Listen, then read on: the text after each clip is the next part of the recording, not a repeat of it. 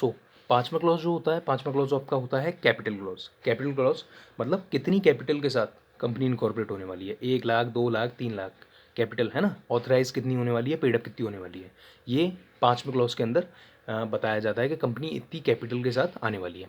अब जो छठवां क्लॉज है सक्सेशन क्लॉज, वो नॉर्मली नहीं होता, वो ओनली होता है इन केस ऑफ ओपीसीज। ओपीसीज मतलब 1% कंपनी के केस में।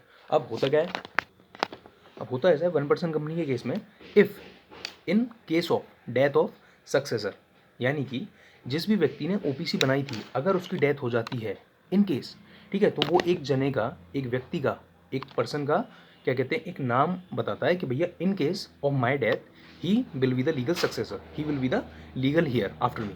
ठीक है, तो 6 क्लॉज सक्सेशन क्लॉज में यही होता है।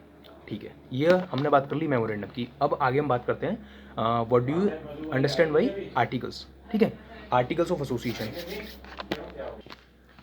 Articles of association, article of association is the internal charter of the company, right. मतलब आर्टिकल्स ऑफ एसोसिएशन एक ऐसा क्या कहते हैं आपका डॉक्यूमेंट है जिसके बियॉन्ड कंपनी नहीं जा सकती है, राइट।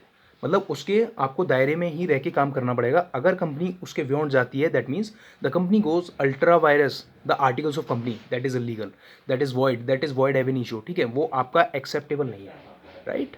तो आपको बिल्कुल अपने आर्टिकल्स में जो जो आपने चीज़ें डाली हुई हैं, जो भी टर्म्स हैं, उसके तहत ही काम करना चाहिए। इफ़ इन केस अगर आप उसके आगे जाते हैं तो वो आपके लिए इलीगल होने वाला है, राइट।